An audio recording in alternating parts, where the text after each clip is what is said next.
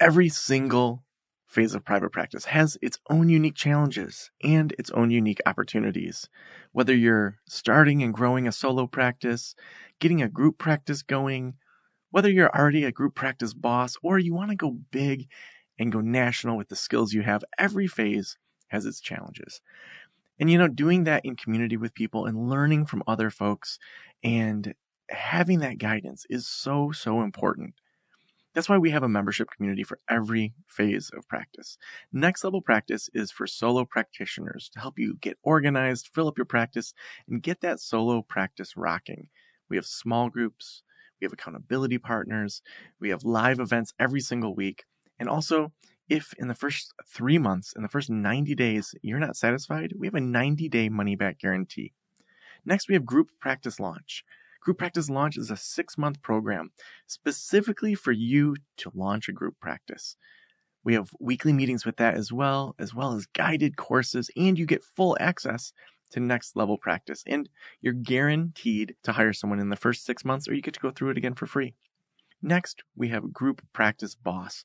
Group Practice Boss is for people that have group practices and want to continue to grow. All those ups and downs of having a group practice, of changing that mindset, being in community with other people, and getting that support from us. We, with that as well, have weekly meetings, and you get to come to Next Level Practice events as well. So that's 8 meetings a month that you could come to live to get extra help. Also, there's a 90-day money-back guarantee. Lastly, we have Audience Building Academy. Audience Building Academy is specifically for people that are ready to level up and go national. Maybe you want to get a traditionally published book, have a podcast, launch some e-products and e-courses and scalable income. Audience Building Academy is specifically for you so that you can level up and go national. We'll walk you through exactly how you go from having a solo or a group practice to going national. We'll help you build your email list, get on podcasts, and really level up. So no matter what your phase is, we have a membership community for you. Over at practiceofthepractice.com/memberships, you can read all about them and sign up. Go in there and decide which membership phase is for you and join today. Again, that's practiceofthepractice.com/memberships.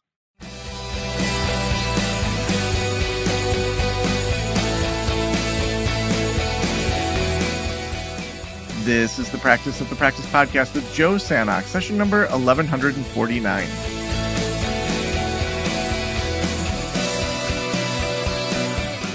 I'm Joe Sanok, your host, and welcome to the new year. We are doing the Even Better Year series, with the mindset that it's not maybe going to be the best year ever. We don't know how that's going to go for you.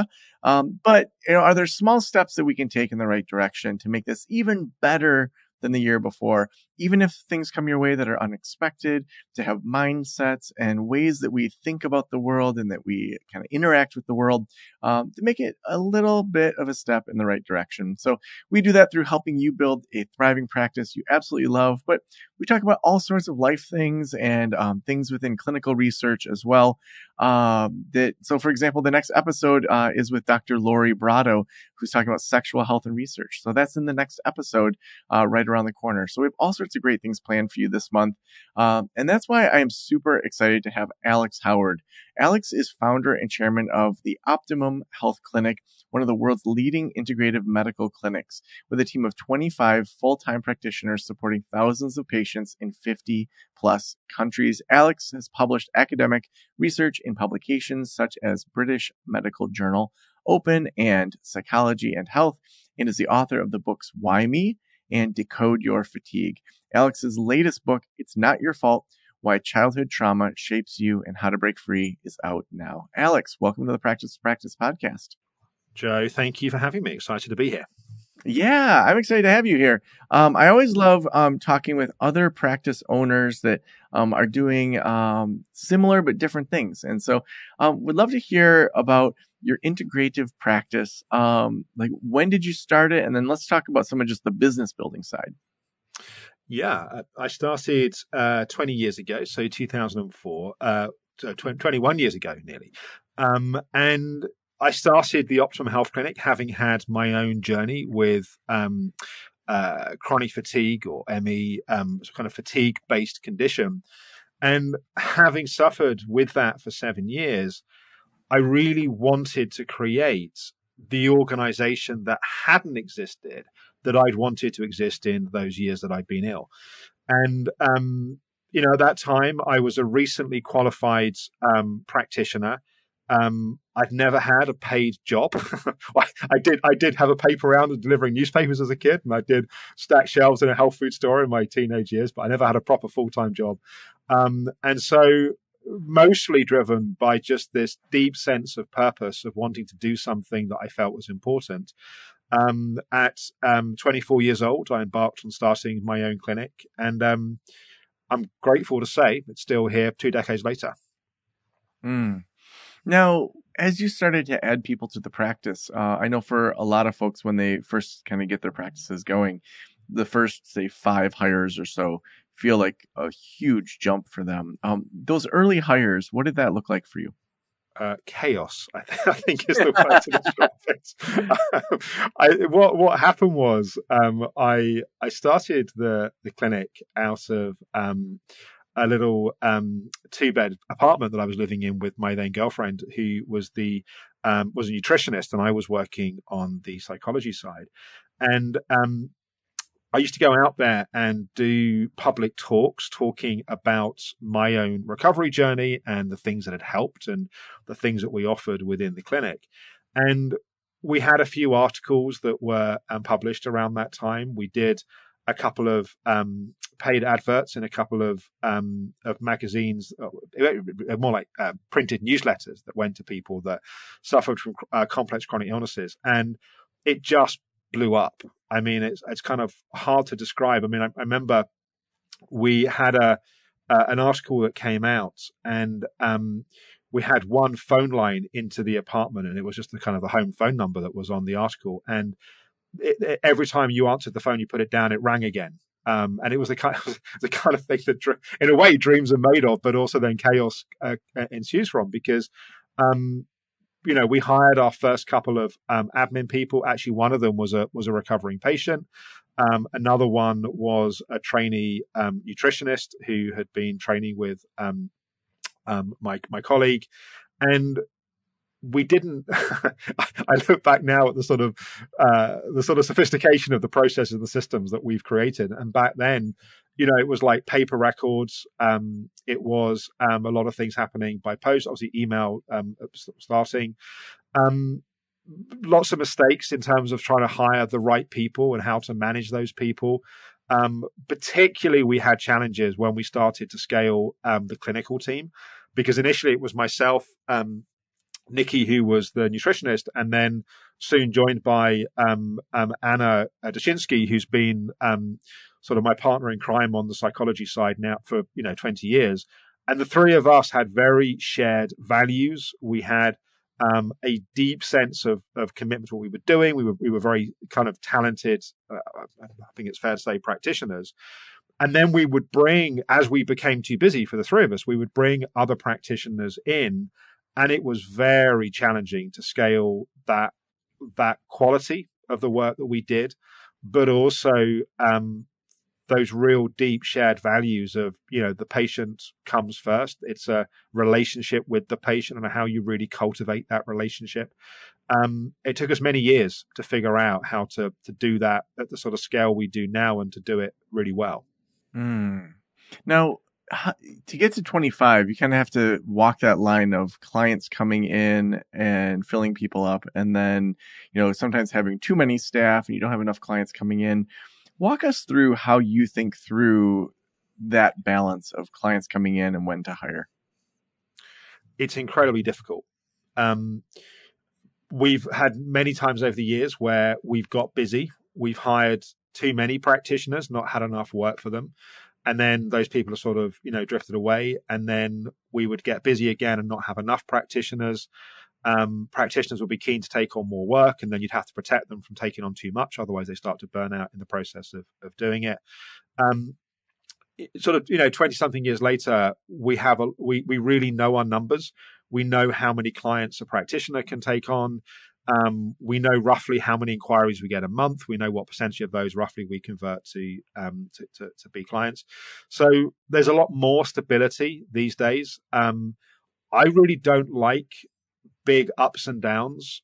If you suddenly have a big surge, it's much more difficult to manage than just having steady year-on-year growth, which is what we've seen in more recent years, which has been much easier to manage effectively. So are you then kind of letting the client load kind of build up and have there be like demand, and then you hire someone so that you're constantly filling someone because you don't want the ups and downs? Yes, and also if we know that someone's going to move on at some point, then we'll certainly hire to fill that. We typically try to have one or two people kind of in the wings, as we would say, like we kind of, they're trained up, or we're training them up, or they're sort of shadowing some consultations. They're being trained in the protocol. At the sort of level we are now, we're 25 practitioners in an average year. Maybe there's, a couple of people that might leave, a couple that might come in. We might have two leave, three or four might come in. And so, there's a certain amount of predictability to that. It takes us, from the point of view of recognizing we need a new practitioner, the fastest we can do it is about 3 or 4 months to, find someone quickly, and then sort of 3 months or so of training and onboarding. And there are times where we are booking out new consultations 2-3 months ahead. And that's obviously not ideal for us or ideal for the client. And so we do the best we can to manage it. I think we do a reasonably good job now. But I remember back in the day, a few times we've had big press articles that have come out about what we do, and then we'd have sort of 3-4x inquiries in a month. And it's great that people are finding out about us, but that's not typically very easy to manage in an effective way. Yeah, yeah. Now, with you guys serving so many countries and having 25 full-time practitioners, um, are they primarily online? Is it primarily in person? Like, what's the breakdown in regards to in person versus online? These days, we're 100% online. Mm, We started out and we were probably 80% in person. We had a clinic in central London on a street called Harley Street, which is the sort of famed medical street in London. That gradually reduced down for a couple of reasons. Firstly, a lot of our patients are chronically ill, and therefore, even if they live relatively near, traveling is not easy, and can, obviously, as they work with us, hopefully they make significant progress, and then that becomes easier. But that's certainly been a factor, and then having a lot of international patients has also been a factor. Um, Come 2020, when COVID came, we still had a few clinic rooms in our linked to our head office, which was then in North London. When we came back from COVID, other parts of our organization, so we also have a business running quite large online conferences, that had grown dramatically during that period. So we ended up basically stealing the clinic rooms and turning that into management offices. And we actually haven't had in-person clinic rooms since 2020. I do, because I work in the head office.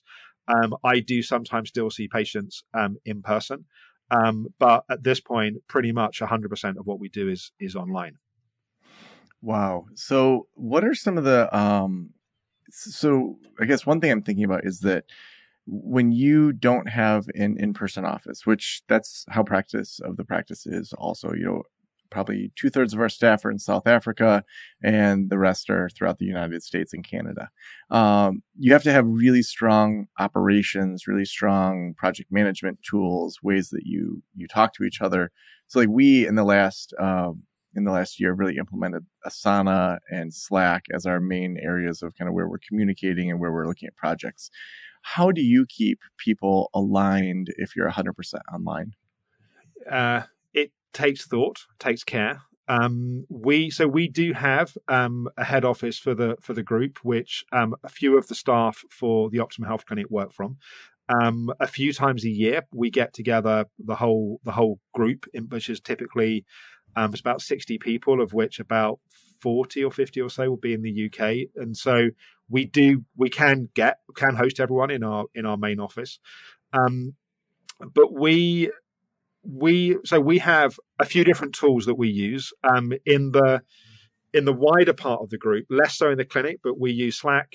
We use Monday, which is a sort of similar a tool to Asana. Um, we we have a quite elaborate CRM system, which is actually a UK-based company called Workbooks, and we've done a lot of work to customize that and adapt that. And a lot of our business processes are driven through that. So, for example, someone requests a free information pack that goes into that system. Our email marketing system will then send out an email sequence, driving them towards a discovery call. If they book a discovery call, that will come in as what's called an opportunity record into that system.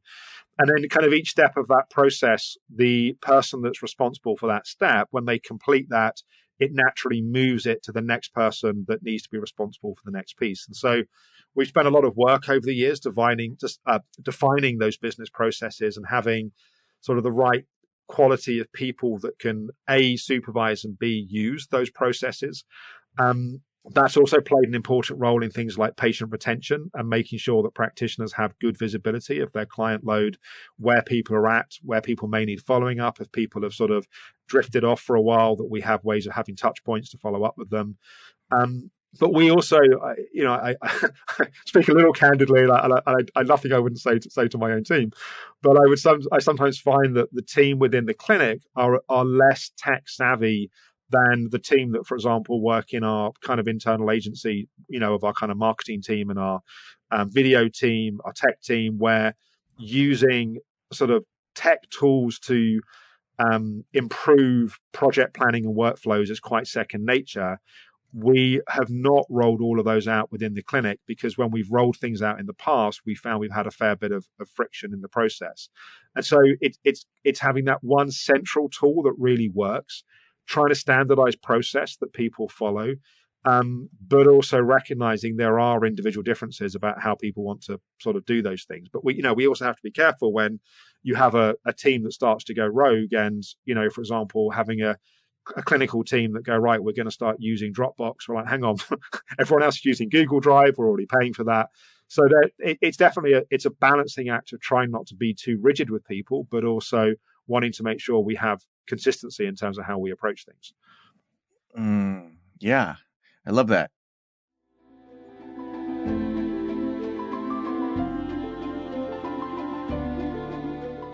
From new patients faced with an empty lobby and no idea where to find their therapist, to clinicians with a session running overtime and the doorbell ringing, some of the most anxiety-ridden moments of a therapy appointment happen before a session even starts. This episode's sponsor, the Receptionist for iPad, helps you tackle some of that pre-appointment apprehension. The Receptionist for iPad is an easy-to-use digital client check-in system that helps your visitors check in securely to their appointments and notify their practitioners of their arrival via SMS, email, or your preferred channel. No more confusion, endless lobby checking, or having clients sign in on paper logbooks. Start a 14-day free trial of the Receptionist for iPad by going to thereceptionist.com/practice.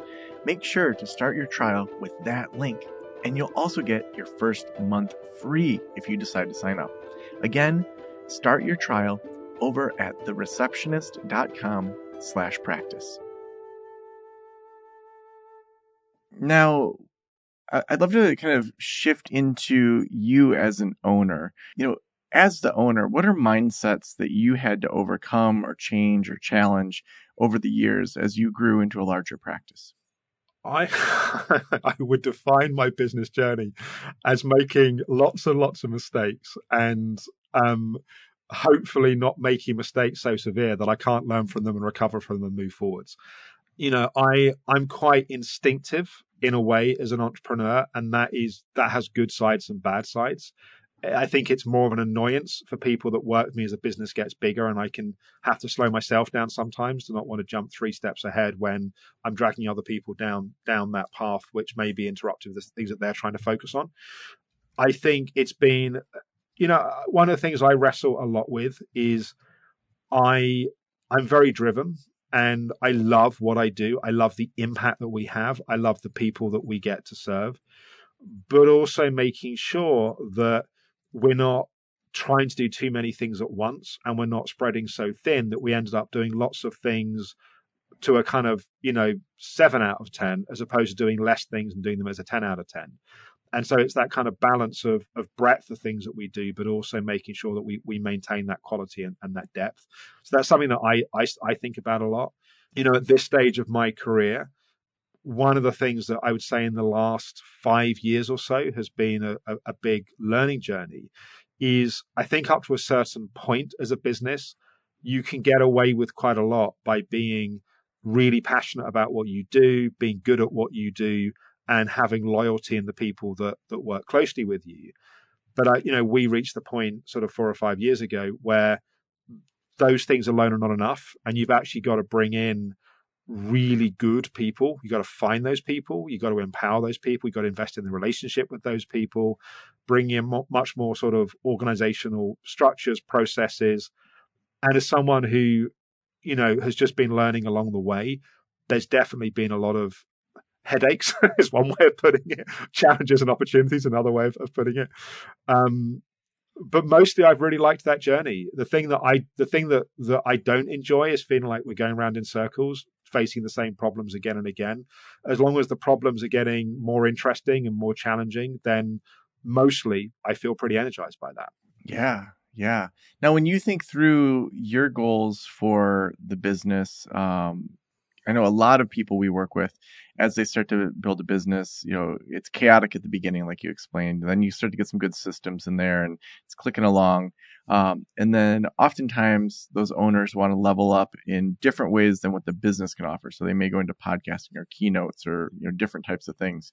When you're evaluating your personal next steps as a business person, what are you thinking through? How are you thinking through that decision?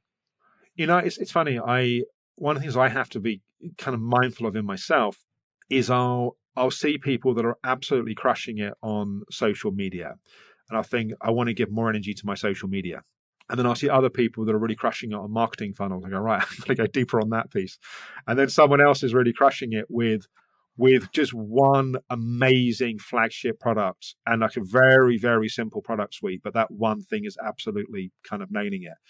And so it's making the right choices in terms of where energy is placed. I've tried to work more in recent years on my personal brand. So for a long time, I would do what I needed to do to not limit the growth of the businesses, but I wasn't using my personal brand. I wasn't building a personal brand and then using it as a leverage to help grow the businesses. And that's something that I've given more attention to in the last couple of years. And that's been, I would say it's harder to find the ROI on that. I know if we do paid advertising, we generate X number of leads, Y number of discovery calls, and sort of Z number of clients. And that's something we have reasonably well dialed in. But I've enjoyed trying to get better at doing social media. I realize that it's very easy to look at things that people are doing that they make look really easy and seem really easy. And sometimes we even sit in judgment around those things. And then you go and try and do it, and you realize it's like the things that look effortless or are simple. There's huge amounts of little touches and nuance that actually are why those things have become successful. Yeah. So when you think about the next steps for the business, how are you thinking through growth of the business? Like I like your idea early on of predictable growth, not big swings up and down. So how are you maintaining that and thinking about the next year? So we moved our conference business of online conferences to a subscription model a couple of years ago. That was a really good move for us. We would do $1 million revenue in a month and then have no revenue for 4 or 5 months sometimes. And the sort of ups and downs of that as the overheads climbed was a challenge. So building in that part of the business and other parts of the business more stability in terms of sort of peaks and troughs is one of the things we're definitely looking at. I'm really keen to grow our professional training business. So we have a proprietary framework called therapeutic coaching, which is a sort of integration of a psychotherapeutic approach with a solution-based coaching methodology. We acquired the trademark on that, the US trademark on that, about 6 or 7 years ago. And I feel that that's one part of our business, which is an absolutely outstanding product that, is doing well. We have coming through our sort of first year training around 100 120 students a year. But I think there's a lot of potential in that. So that's something that I'm very keen to give more energy to grow. And yeah, I'm also keen to continue growing my own sort of social media personal brand. I have a YouTube series called In Therapy, where we film people's therapeutic journeys, and it's quite a unique series in that sense that we follow people over sort of 3 months or so of having weekly therapeutic 8 sessions over roughly 3 months of therapeutic work with me. So I'm keen to grow the audience of that. So yeah, that's some of the things, and I had a plan to write a book every 2 years, and I did 2 books in 4 years. And if I continue with that plan, I'm supposed to deliver a book in the coming months. And let's just say that's not going to happen. So that's something else that I'm also keen to find more time for. Yeah. One thing that in Thursday is the New Friday I talk about is slowing down and how that helps us be more curious, more creative, have better ideas. I always love when I'm talking to business leaders to hear, how do you balance your work, your big goals for the world, the change that you want to see, with slowing down, going after hobbies? Like, what does that look like in regards to kind of what you're putting emphasis on outside of work? Yeah, it's a good question. I have 3 kids between 7 and 13. So you're busy. yeah, 2 dogs, sometimes more work than the kids. My wife's been really good in the sense that in the early years we had kids very quickly in our relationship, and I've always worked very hard and I've always really loved my work. And kind of in those early years, I look back, I know she was quite frustrated, partly because I was under a lot of pressure at the time. But she's been really good over the years at sort of making the point that, when you're working, go as hard as you want, but when it's time to be with the family, we want you present. You need to be here. And again, over the last sort of 4 or 5 years, I'm not going to say I've mastered it, because I don't think I get to make that claim, but I've certainly got better at it. I really don't like working, doing scheduled work at weekends. I might think about things. I might do kind of catch up on reading and stuff. And I sometimes do a couple of hours on a Sunday evening to prep for the week. But I turn down quite a lot of invitations to speak at conferences and events because, the kids are at school in the week. And if I want to have that family time, it kind of has to happen at the weekends. So that line I've been pretty firm with. There are things that I say yes to, but there's got to be a very compelling reason why I do that. I'm one of those people that I think one of the things that's a real blessing in my life is I seem to do really well with task shifting. And what I mean by that is, if I spend too long doing one thing, I can get drained by that thing. But if I switch to doing something else, often I can find that I get a kind of new lease of energy. So like, for example, I spend too long in sort of business meetings, and often I do those in the mornings. I kind of get to a point where I get a kind of decision fatigue, and I get sort of a bit irritable at sort of the stuff that I need to sort of get my head around. And then I might do 2 or 3 hours of patience, or I might spend 2 or 3 hours filming in the studio, and I kind of get a new energy from doing that. And then, I might leave the office. I typically sort of leave at 6:15 to come home. I cycle home. I hang out a little bit with the kids. I have a shower, have some supper, and then I sometimes get a new lease, and I can sort of do more creative writing stuff. And so I find that it helps me and I work quite a lot with my assistant on this, to manage my schedule in such a way that I'm not over-indexing too much in any one day on one thing, which then means that my productivity goes down. Exercise is really important. I recently started exercising during the day. I typically used to exercise at the end of the day. I cycle to and from the office, but then I started having gym sessions with a trainer on a Monday and Wednesday at lunchtime. That's made a big difference in terms of that kind of afternoon lag that can happen. So I sort of feel like over the years I've got to know my body. I've got to know sort of how I can maximize my output. And there are still those days and those weeks where, there's multiple fires going in different parts of the business. And it's like, which one am I going to have to put out first? And, that still sucks, but it definitely happens less than it used to. Yeah. The last question I always ask is, if every private practitioner in the world were listening right now, what would you want them to know? I think one of the most important things to master, as nearly all of us that go into this work, we go into it because we love being a clinician. It's probably the thing I love most about all the things that I do.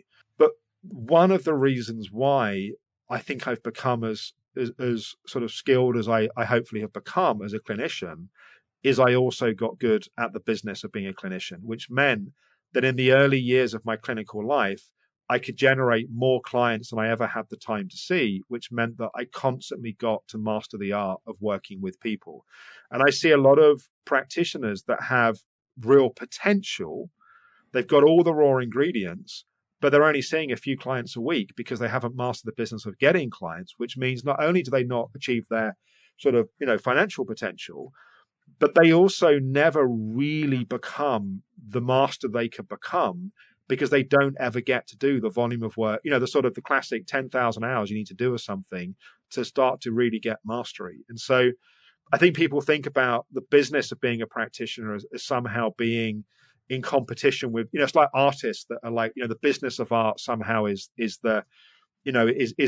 the sort of true creative piece. For me in this world, as long as one is doing that marketing, for me, I love doing our marketing because basically our marketing is putting out high quality information into the world for free. We do, we had 6 online conferences this year with, hundreds of interviews. They're free for the week that they're live. We've had tens of thousands of people go through my Decode Your Trauma, Decode Your Nervous System, Decode Your Fatigue, some of my Decode series. But mastering communicating what you do actually helps you become better at what you do. So good. If people want to connect with you, if they want to follow your work, maybe work with your clinic, where should we send them? The best place to go is my website, which is alexhoward.com. You'll find signposts there for the Optimum Health Clinic, for therapeutic coaching, which is our practitioner training program. You can sign up for my Decode series. You can find signposts to my In Therapy YouTube series and also information on my various books. So that's definitely alexhoward.com is definitely the best place to go. So awesome. Thank you so much for being on the show today. Thanks, Joe, for having me. I appreciate the conversation.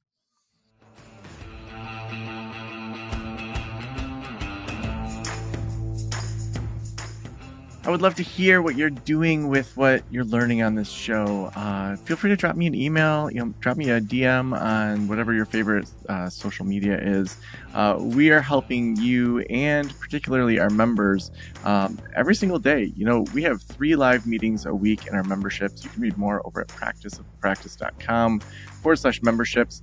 That's a great way to get connected. And also, we could not do this without our sponsor.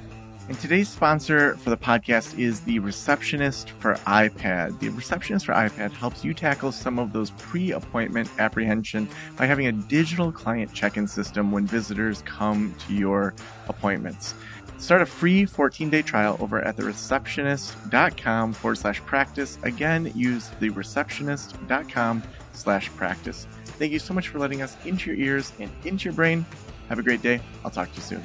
Special thanks to the band Silence is Sexy for that intro music, and this podcast is designed to provide accurate and authoritative information in regard to the subject matter covered. It is given with the understanding that neither the host, the producers, the publishers, or guests are rendering legal, accounting, clinical, or other professional information. If you want a professional, you should find one.